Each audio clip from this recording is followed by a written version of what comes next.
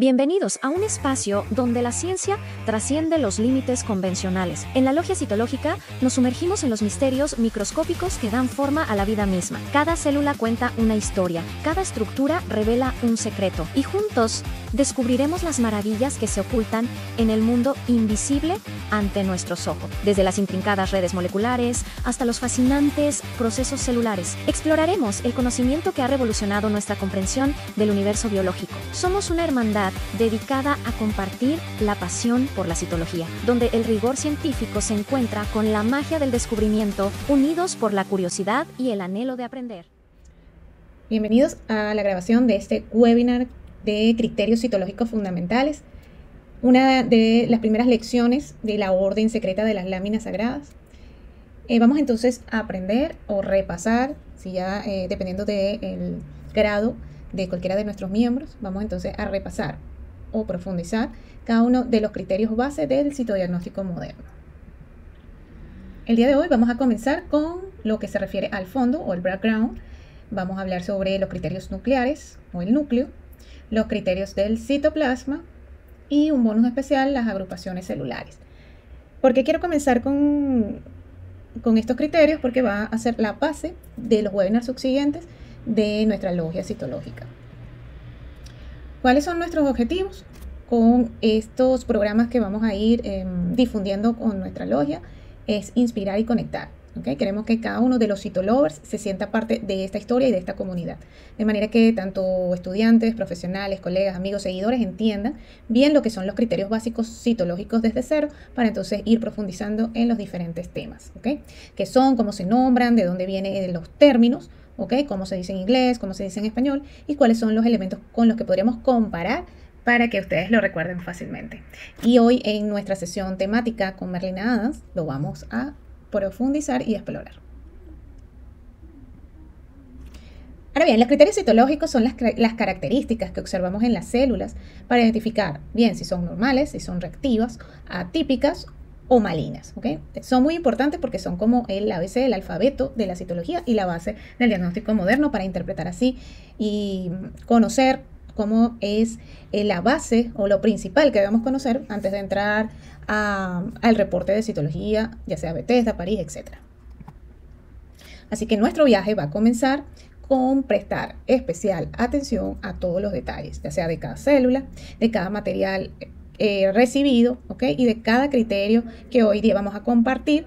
¿Para qué? Para dilucidar y dejar así nuestra huella en ese reporte de citodiagnóstico. Vamos entonces a hacer las comparaciones creativas, ya saben, partiendo primero del fondo. Vamos a verlo como el escenario donde se va a presentar este show, esta obra de teatro, ¿ok? Donde vamos entonces a interpretar lo que nos quieren decir las células. Luego vamos a ir a observar lo que nos muestran las células en sus núcleos, que es el cerebro, ¿ok?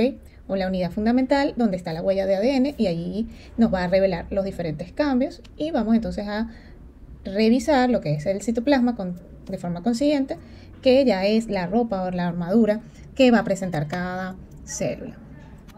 Entonces comencemos con el primer tip citológico Merlina. ¿Okay? Así que cuando observes una lámina citológica, no te precipites. ¿Okay? Primero contempla lo que es el fondo, como quien mira la penumbra. Después fija especial atención al núcleo, que es el verdadero corazón del misterio, y solo al final detente en el citoplasma, donde se revelan los secretos más sutiles. Entonces avancemos con los criterios citológicos del fondo o del background en la base del citodiagnóstico moderno con Merlina Adams. Dentro de los criterios del fondo o el background tenemos que son todos esos criterios del entorno celular. ¿Okay? En inglés le decimos background criteria. Y históricamente pues se usa desde Papa Nicolau, quien lo describiría como la escena, ¿okay? O la puesta en escena donde esas células aparecen. ¿Okay? Por eso quiero que lo comparemos como el escenario de un show, de un teatro, donde puede haber sangre, inflamación, necrosis o una limpieza total. Entonces, algunos ejemplos: la hemorragia, la inflamación, la necrosis, fondo limpio. Como diría Merlina, sería entonces el fondo lo que se esconde detrás de las células. ¿Okay? En un fondo normal o en un clean background o fondo limpio, hay características que lo definen como claro, transparente o sin elementos distractores. Esta imagen o esta microfotografía corresponde a un fondo limpio, fíjense que es totalmente claro. Tenemos a continuación los fondos benignos o reactivos, que en inglés sería un reactive background. En este fondo vamos a encontrar lo que llamamos inflamación o la presencia de células de defensa con restos celulares, y es de vital importancia porque entonces nos indican que hay un proceso no maligno, pero que sí modifican la interpretación citológica y modifica de cierta manera el componente celular. ¿Okay? Lo podemos comparar con un campo de batalla con los soldados del sistema inmunológico, que son los neutrófilos, los leucocitos, los macrófagos, etc. Y desde el punto de vista citológico vamos a encontrar entonces la presencia de estos elementos inflamatorios en el fondo o por encima de las células. Y a continuación avancemos con el fondo maligno o el malignant background. Estos pueden corresponder a necrosis, sangre, detritos celulares, diátesis tumoral o tumor diátesis en inglés. ¿Okay? Y la historia del diátesis tumoral es un término clásico en citología oncológica y lo podemos comparar con un escenario en guerra o con destrucción celular.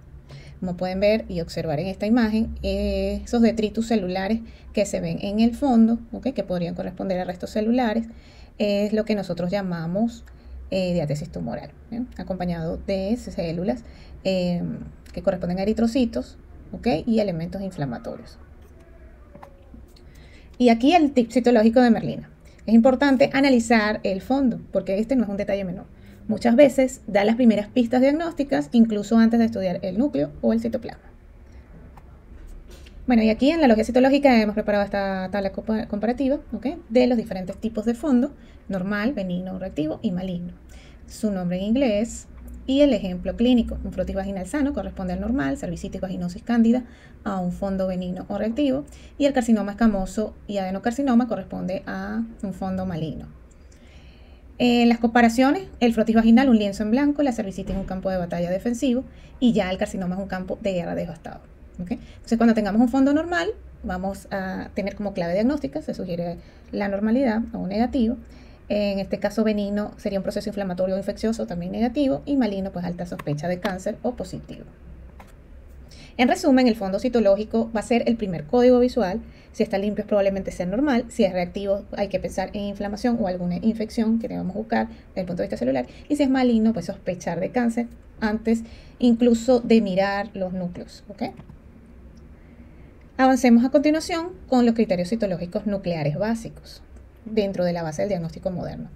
Los criterios nucleares o nuclear criteria en español, en inglés, la historia deviene pues de que el núcleo siempre fue considerado el cerebro de la célula y George Papanicolaou lo resaltó como clave en la diferenciación de malignidad.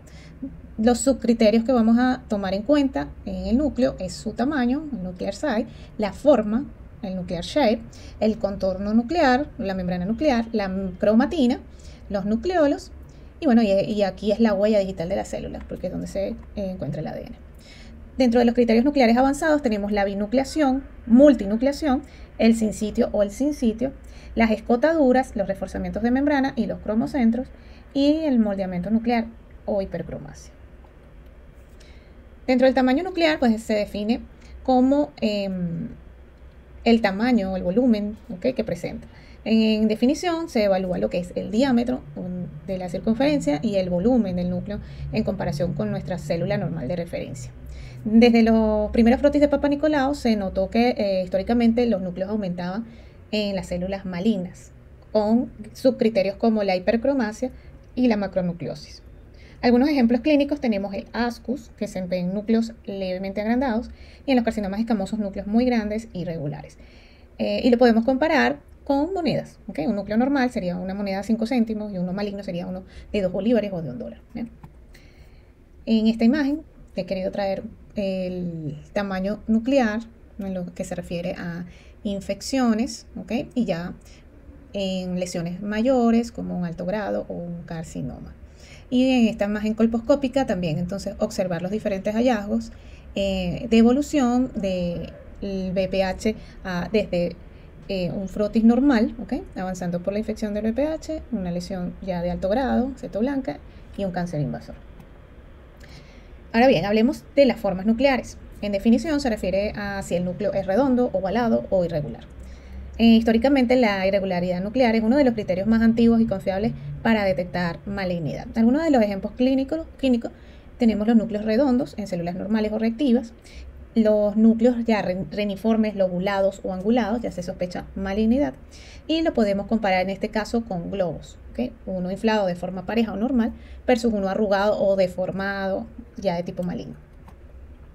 En cuanto a la forma nuclear, podemos entonces visualizar aquí núcleos totalmente redondos, benignos, ¿okay? Y ya los núcleos agrandados, binucleados, ¿okay? Multinucleados en este caso, irregulares, ¿okay? Se pueden observar en lesiones malignas. En cuanto a los contornos nucleares, en definición, se refiere a los bordes que delimitan el núcleo, ¿okay? Los cuales pueden ser lisos en lesiones benignas y irregulares en malignas. ¿Okay? La alteración de la membrana nuclear la describieron como un marcador temprano de displasia. Dentro de los ejemplos clínicos tenemos la membrana lisa en células benignas y ya las membranas con hendiduras, invaginaciones, bordes irregulares, angulados, alargados, los relacionamos con neoplasia. Entonces, desde el punto de comparativo, podemos decir que es como el borde de una galleta, perfecto y redondo cuando es normal y roto y desigual cuando es maligno. En cuanto a las cromatinas, en definición, se refiere a la distribución de la misma o de la cromatina en el núcleo. Esta puede ser fina, granular, vesicular o grosera. Históricamente la cromatina fue uno de los primeros criterios observados por Papa Nicolau al diferenciar lo que son células normales de células cancerosas. Dentro de los ejemplos clínicos tenemos cromatinas finas y uniformes en células normales o benignas y ya cromatinas gruesas, irregulares o moteadas en células malignas. Entonces las vamos a comparar como la textura de una tela suave es normal y ya versus a una tela terciopelada pero áspera, ya corresponde a maligno. Aquí podemos observar la cromatina grumosa, ¿okay? Y en este caso condensada de células malignas. Tenemos también los criterios que corresponden al núcleo, que llamamos nucleolos. En definición son estructuras visibles dentro del núcleo que ya se relaciona con la parte bioquímica en la síntesis de proteínas. Históricamente los nucleolos prominentes se han asociado desde siempre con alta actividad celular y con neoplasias. Algunos ejemplos clínicos: hay nucleolos pequeños o ausentes en células normales y ya los nucleolos grandes o macronucleolos, múltiples nucleolos, se ven en células malignas. Entonces lo vamos a comparar como con lámparas encendidas dentro de la célula, que si brillan mucho, la célula está hiperactiva o transformándose. Aquí también podemos entonces visualizar nucleolos dentro de la célula. Otro criterio que vamos a compartir el día de hoy es la binucleación. ¿Okay? En este caso se define como la presencia de dos núcleos en una misma célula. Históricamente se describió como un signo de alteración de la división celular. Y el ejemplo clínico frecuente se trata de células benignas o reactivas, pero cuando los núcleos son muy grandes, irregulares, ya nos sugieren neoplasia o un carcinoma. ¿Cómo lo vamos a comparar? Como una célula con dos cerebros, ¿okay? Si son simétricos, puede ser benigno, ¿okay? Algún tipo de infección, pero si son regulares, grandes, ya es sospechoso.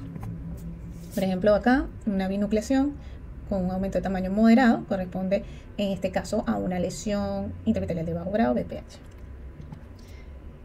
También tenemos los criterios de multinucleación, que los vamos a definir como la presencia de más de dos núcleos, de 3 o más, en una sola célula. Históricamente se observa en procesos inflamatorios crónicos y también en células tumorales. En ejemplos clínicos tenemos que lo podemos encontrar en adenocarcinomas, carcinomas, células gigantes reactivas. ¿Okay? Lo vamos a comparar con una célula con un coro de voces o con muchas direcciones a la vez. ¿Okay? En este caso hay una multinucleación, aquí hay 1, 2, 3, 4, 5 núcleos. ¿Bien? Incluso polimorfonucleares pueden encontrarse multinucleados, pero son propias de su anatomía, ¿no? Que vamos a encontrar también escotaduras nucleares. En definición, estas son la presencia de invaginaciones, ¿okay? O pequeños espacios o hendiduras en la membrana nuclear. Históricamente están relacionados con cambios malignos y displasia, y entre los ejemplos clínicos podemos encontrarlos en células glandulares atípicas o adenocarcinomas. Y lo podemos comparar como una galleta mordida o un globo con hendiduras. Podemos encontrar en este caso escotaduras nucleares, fíjense aquí, como una galleta mordida, invaginaciones, ¿ok? Por ejemplo acá, que se pueden encontrar ya en células atípicas. Reforzamiento de la membrana nuclear, ¿ok? O en inglés el nuclear membrane thickening. En este caso, por definición, es el engrosamiento que vemos visiblemente en la membrana alrededor del núcleo. Y un ejemplo clínico típico es células displásicas y adenocarcinoma. lo podemos comparar como si la célula se blindara con una muralla mucho más gruesa alrededor del núcleo. Entonces aquí podemos observar ese reforzamiento, fíjense, alrededor del núcleo, como esa muralla que busca protección, ¿bien? También tenemos los cromocentros, o chromocentres en inglés. Por definición, son acúmulos densos de cromatina visibles como puntos gruesos en el núcleo. Históricamente se utilizan como marcador de malignidad por su distribución irregular. Y un ejemplo clásico clínico en los carcinomas escamosos de alto grado. Lo podemos comparar como con manchas de tinta china sobre un papel. Entonces, aquí hay varios cromocentros, fíjense en esta imagen, dentro de una célula. También tenemos el criterio de moldeamiento nuclear. Por definición, es una adaptación de los núcleos de las células vecinas, unos contra otros, deformándose. El ejemplo clínico característico es en el carcinoma de células pequeñas de pulmón y lo podemos comparar como con plastilina presionada entre los dedos.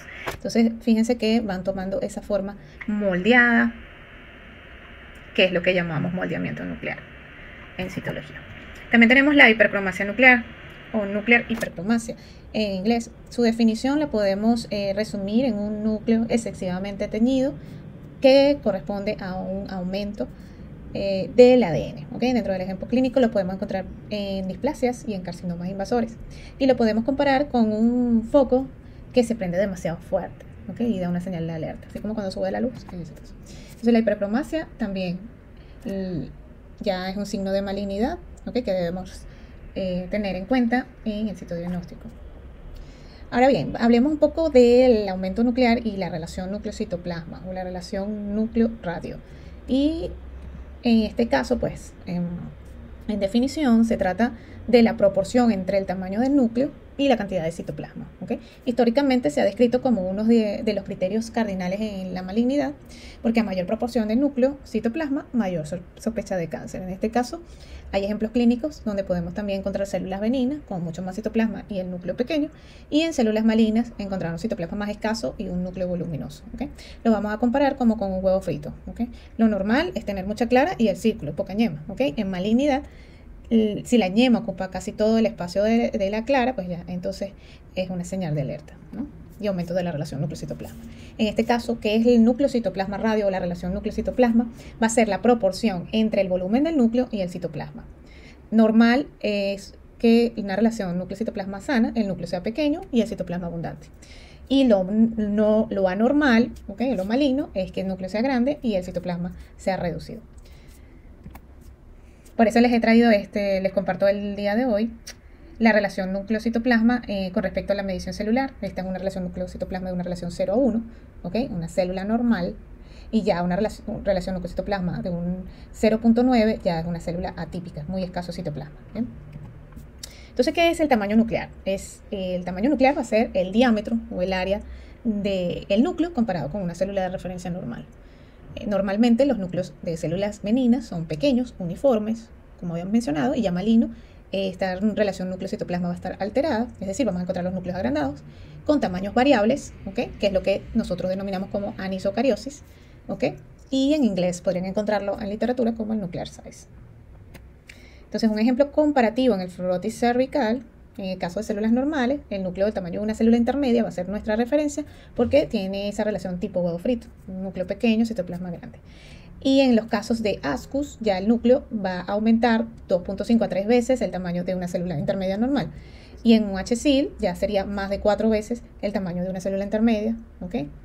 Y en carcinoma, pues los núcleos van a ser gigantescos, el citoplasma mínimo.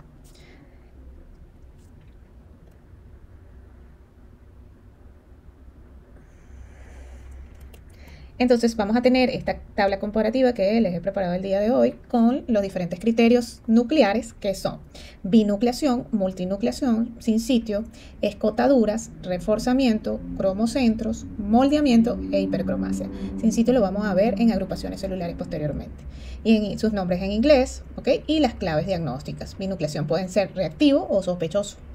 Las multinucleaciones frecuentemente son tumores o inflamaciones crónicas. En los in situ va a existir pérdida de la individualidad celular, eso lo vamos a ver más adelante. Las escotaduras son comunes en los adenocarcinomas. los reforzamientos en las displasias o neoplasias, los cromocentros presentes en los carcinomas escamosos, los moldeamientos en carcinomas de células pequeñas y generalmente pues y la hipercromasia en displasias y cáncer. Entonces aquí, ¿cómo los vamos a comparar? Como regla memotécnica, las binucleaciones como dos cerebros, la multinucleación como un coro de voces, los in-sitios como un enjambre nuclear, las escotaduras como la galleta mordida, los reforzamientos como una muralla china, los cromocentros como manchas de tinta china dentro del núcleo, los moldeamientos como una plastilina presionada y la hipercromasia como un foco brillante. ¿Bien? En resumen práctico para los cytolovers, recordemos que un núcleo pequeño, liso y con cromatina fina es un dato de tranquilidad, de benignidad. A diferencia, si es un núcleo grande, irregular, cromatina gruesa, núcleo prominente, hay que tener una alerta oncológica. Ahora bien, avancemos con los criterios citológicos citoplasmáticos en la base del diagnóstico moderno, acompañados con merlinas. Históricamente, pues se estudian como el vestido o la ropa celular, ya que combina lo que es la diferenciación entre el citoplasma y la diferenciación de si hay vacuolización, si hay queratinización, etc. También vamos a encontrar diferentes subcriterios, como por ejemplo la cantidad, si es abundante, citoplasma, los bordes citoplasmáticos, ¿okay? Si hay una presencia de vacuolas, la queratinización, también la relación núcleo-citoplasma que habíamos mencionado, y la comparación como la ropa que usa una persona, que puede estar limpia, arrugada, llamativa, desgastada, etc. Entonces, desde el punto de vista del tips de Merlina, el escenario es el citoplasma, o sea, el escenario interno de esa célula que rodea el núcleo. Y su estudio va a permitir entonces identificar procesos de diferenciación celular, secreción, inflamación o malignidad, por lo que los cambios citoplasmáticos van a complementar a los nucleares y muchas veces son clave para diferenciar entre reactividad benigna y malignidad. Hablemos entonces en esta oportunidad de la abundancia citoplasmática o el volumen citoplasmático, que en definición corresponde a la cantidad relativa de citoplasma que rodea el núcleo. Históricamente desde Papa Nicolau se usa como referencia en la relación núcleo-citoplasma. Y los ejemplos clínicos tenemos las células escamosas superficiales que tienen abundante citoplasma y ejemplos de células malignas, un citoplasma escaso con núcleo voluminoso. Y lo vamos a comparar entonces como un huevo frito. Lo normal es mucha clara y poca ñema y la malignidad, la ñema del núcleo ocupa casi todo la clara. ¿Bien? Entonces aquí el vivo ejemplo de células benignas, el núcleo, la ñema y el citoplasma la clara. Y aquí fíjense que la mayoría es citoplasma y hay una vacuola, ya nos da un indicio de que es malignidad. Y aquí el núcleo es mucho más grande de la ñema que la clara.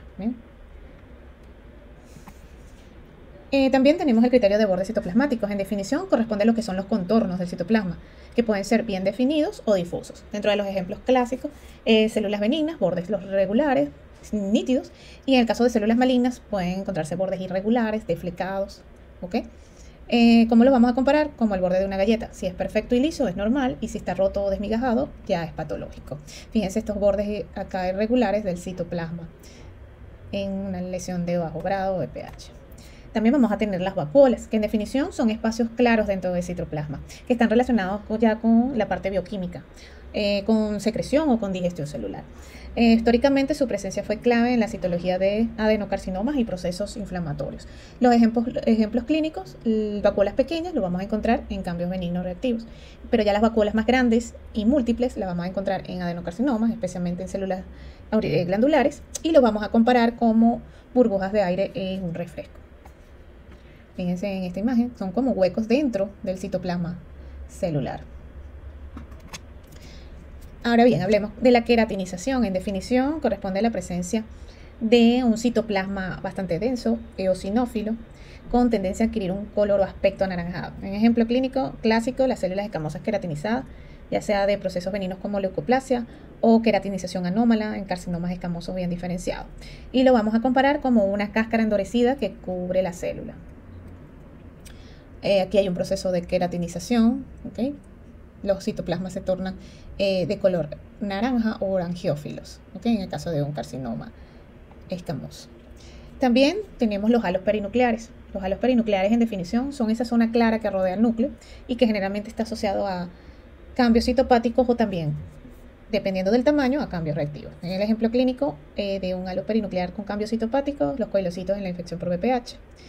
Y esto lo podemos comparar como un aura luminosa alrededor del núcleo. ¿Bien? Entonces debemos diferenciar bien los halos perinucleares benignos o reactivos de los malignos o los coilocitos para las lesiones de bajo grado. Fíjense que estos halos o área que corresponde como un aro alrededor del núcleo es bastante pequeño y claro. Y aquí en este caso ocupa una área mayor del citoplasma y tiene un reforzamiento, fíjense, citoplasmático. La elongación citoplasmática es otro de los criterios del citoplasma que en definición constituye a los alargamientos del citoplasma en forma longitudinal o fusiforme, los ejemplos clásicos en carcinomas fusocelulares, en citologías de sarcomas, y lo podemos comparar como una flecha o uso textil. Fíjense acá cómo vemos estas células con esos núcleos elongados citoplasmáticos, o lo podemos ver mucho en las células renacuajos. También tenemos las inclusiones citoplasmáticas, que en definición corresponden a material anómalo dentro del citoplasma. Ejemplos clásicos: la mucina intracitoplasmática en adenocarcinoma, los cuerpos de Mayori en citologías de hígado, inclusiones virales como en citomegalovirus. Y en comparación lo podemos comparar con tesoros escondidos en una caja. ¿Okay? Podemos encontrar acá, fíjense, las inclusiones intracitoplasmáticas. Y acá les he preparado entonces la tabla comparativa de los criterios citológicos que corresponden al citoplasma: la abundancia celular, los bordes, las vacuolas, la queratinización, el halo perinuclear, la elongación, las inclusiones y la relación núcleo-citoplasma. Las comparaciones: la abundancia con huevo frito, los bordes con la galleta lisa rota, las vacuolas con burbujas de refresco, más que todo en adenocarcinomas, la queratinización como una cáscara dura, el halo perinuclear como una aura luminosa alrededor del núcleo, la elongación como una flecha en uso, las inclusiones como un tesoro en caja, y la relación núcleo-citoplasma es lo que nos va a dar la balanza para la diferenciación. ¿Bien? Entonces les voy a dar algunos tips para medición celular en plataformas de telepatología digital, ¿okay? Ya que las nuevas plataformas, como por ejemplo de telecitología o ya para telepatología digital en biopsias, nos permiten darle un zoom digital con la calibración micrométrica, ¿okay? Como si tengamos un microscopio que nos puede medir las células en nuestra computadora. Por ello, se ha desarrollado en estas plataformas herramientas de medición integradas que tienen lo que se llama como una regla digital que nos permite medir el área del perímetro celular. Nos permite hacer comparaciones en tiempo real con los núcleos de referencia, por ejemplo, como el que le estoy diciendo, la de la célula intermedia. Y esto generalmente antes se hacía a ojo con el microscopio, pero ahora se puede medir con precisión en micrómetros o nanomicras gracias a los software. Entonces, algunos tipos de herramientas de medición: tenemos la regla digital. Ella nos va a permitir medir el diámetro nuclear o el diámetro de toda la célula o el diámetro citoplasmático, ¿okay? Arrastrando el cursor sobre la imagen. Nos permite también medir el área o perímetro. Algunos software permiten calcular el área total del núcleo y del citoplasma para obtener automáticamente el número de la relación núcleo-citoplasma. Y bueno, nos permite también hacer la comparación automática, ¿okay? Ciertos sistemas usan IA para detectar si un núcleo es 2X, 3X o es más grande que el de la referencia. Ahora bien, entonces para cerrar vamos con los criterios citológicos que corresponden a las agrupaciones celulares, cómo se van a disponer estas células en nuestro frotis, y también es uno de los criterios bases para nuestro citodiagnóstico. En cuanto al tip de Merlina, podemos decir que las agrupaciones celulares son patrones que forman las células al organizarse colectivamente en los extendidos citológicos. No dependen solo del núcleo ni del citoplasma, sino de la interpretación entre las células y su comportamiento en un solo contexto. ¿Okay? Son cruciales porque ayudan a diferenciar entre proliferaciones benignas, reactivas o malignas. Entonces, primeramente tenemos el patrón syncytial, con C, o syncytial growths. En definición, pues son una masa celular donde se pierde el límite entre las células. Puede ser ya por fusión o por superposición. ¿Okay? Históricamente el término syncytio se usó inicialmente en histología para definir lo que eran fibras musculares, pero posteriormente se trasladó a la citología tumoral. Un ejemplo clínico clásico, el adenocarcinoma endometrial y bronquial. También infecciones virales como el citomegalovirus o herpes virus. ¿Okay? Entonces también tenemos que lo podemos comparar con una colonia celular pegada donde las fronteras desaparecen. ¿Okay? Se fusionan por completo. Y la diferencia entre syncytio, ¿okay? y syncytio con S, en definición syncytio con C, lo vamos a entender como una masa celular multinucleada, ¿okay? producto de la fusión de varias células. En este contexto se observa en procesos inflamatorios, virales, como el herpes, el citomegalovirus, y también en algunos adenocarcinomas de alto grado. Lo vamos a comparar como una colonia celular pegada, donde ya no se distinguen las paredes celulares. Entonces, syncytio con C, se fusiona todo en una sola célula. Y sin sitio con S es cuando, ahí mismo lo dice la palabra, sin sitio.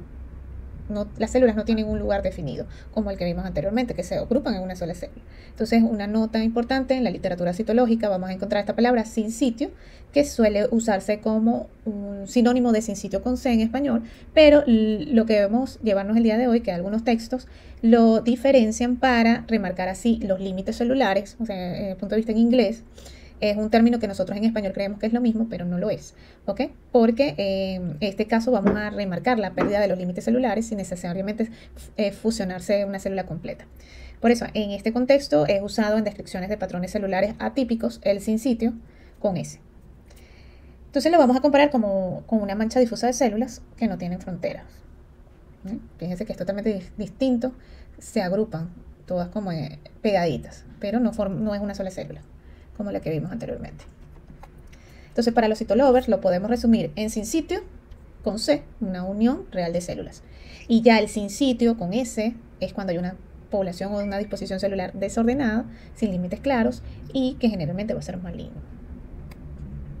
Otras formas relevantes de agrupación celular, tenemos el moldeamiento nuclear, que ya lo repasamos un poco, el patrón de racimo o cluster pattern, en inglés el patrón de empalizada, en inglés el palisading, y el patrón tridimensional o 3D groups.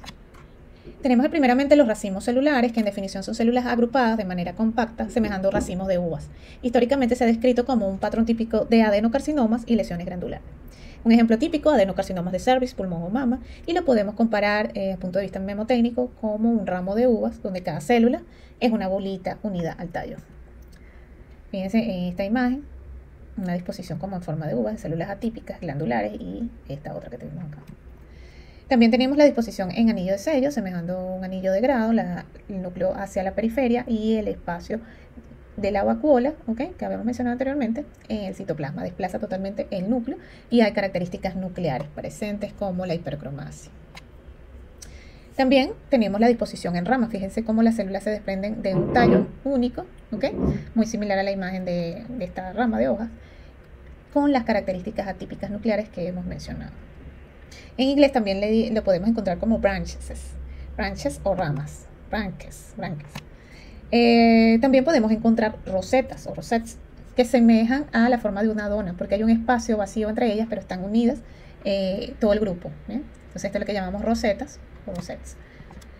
También podemos encontrar lo que son las mórulas, ¿okay?, en esta disposición, como también podemos encontrar moras, que también tienen esta disposición. Pero fíjense que este grupo celular está tan hipercromático que está totalmente funcionado, ¿no? Otro de los criterios de agrupaciones celulares es de forma empalizada o palisading. En definición, se trata de células alineadas en filas paralelas o en palos, ¿okay?, compartiendo así la misma orientación nuclear. Históricamente se ha relacionado con tumores neuroendocrinos y baseloides.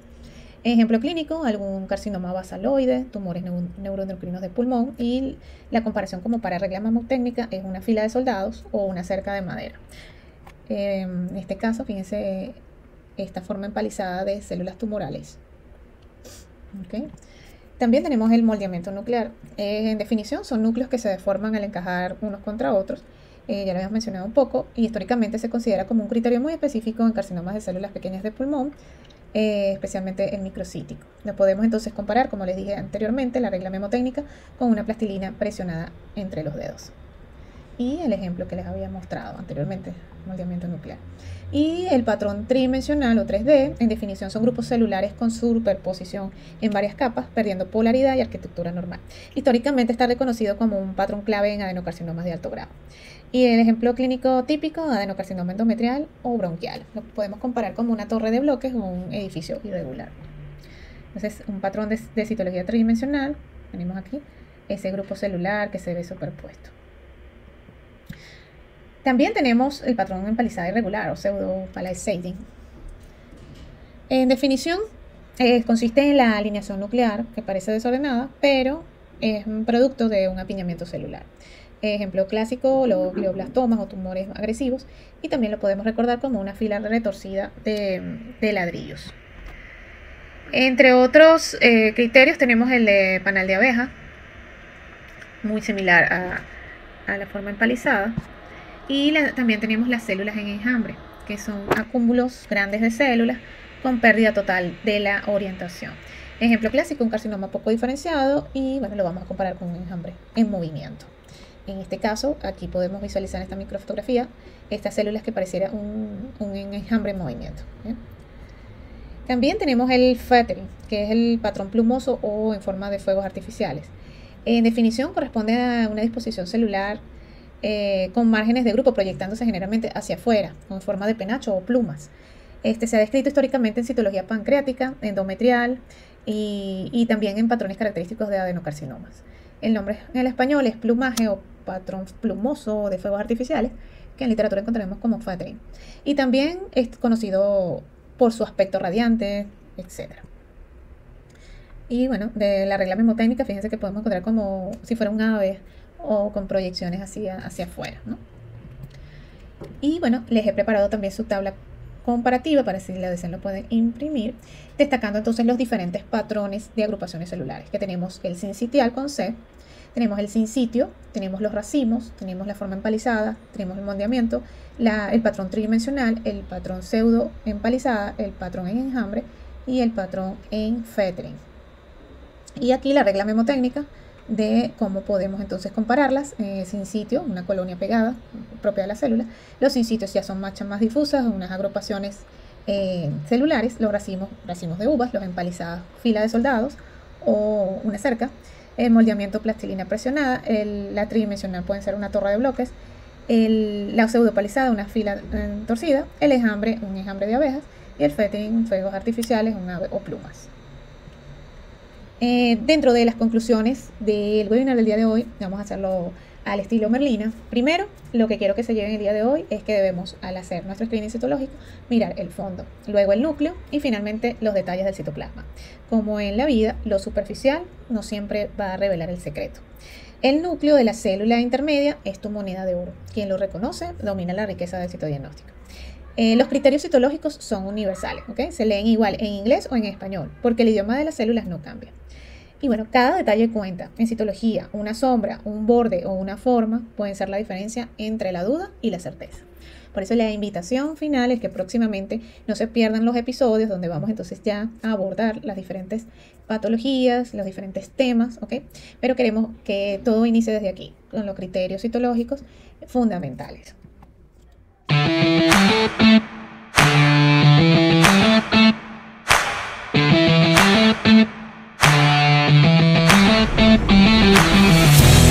¿Buscas una formación rápida, flexible y de calidad? Nuestros programas intensivos online de CitoRush están diseñados para ti. Especialízate en citología, histotecnología, uroanálisis, inmunohistoquímica y más. Modalidad 100% online, sin horarios, con aval universitario. Aprende con expertos. A tu ritmo y desde donde estés. Inscríbete ahora. CitoRush, formación que transforma.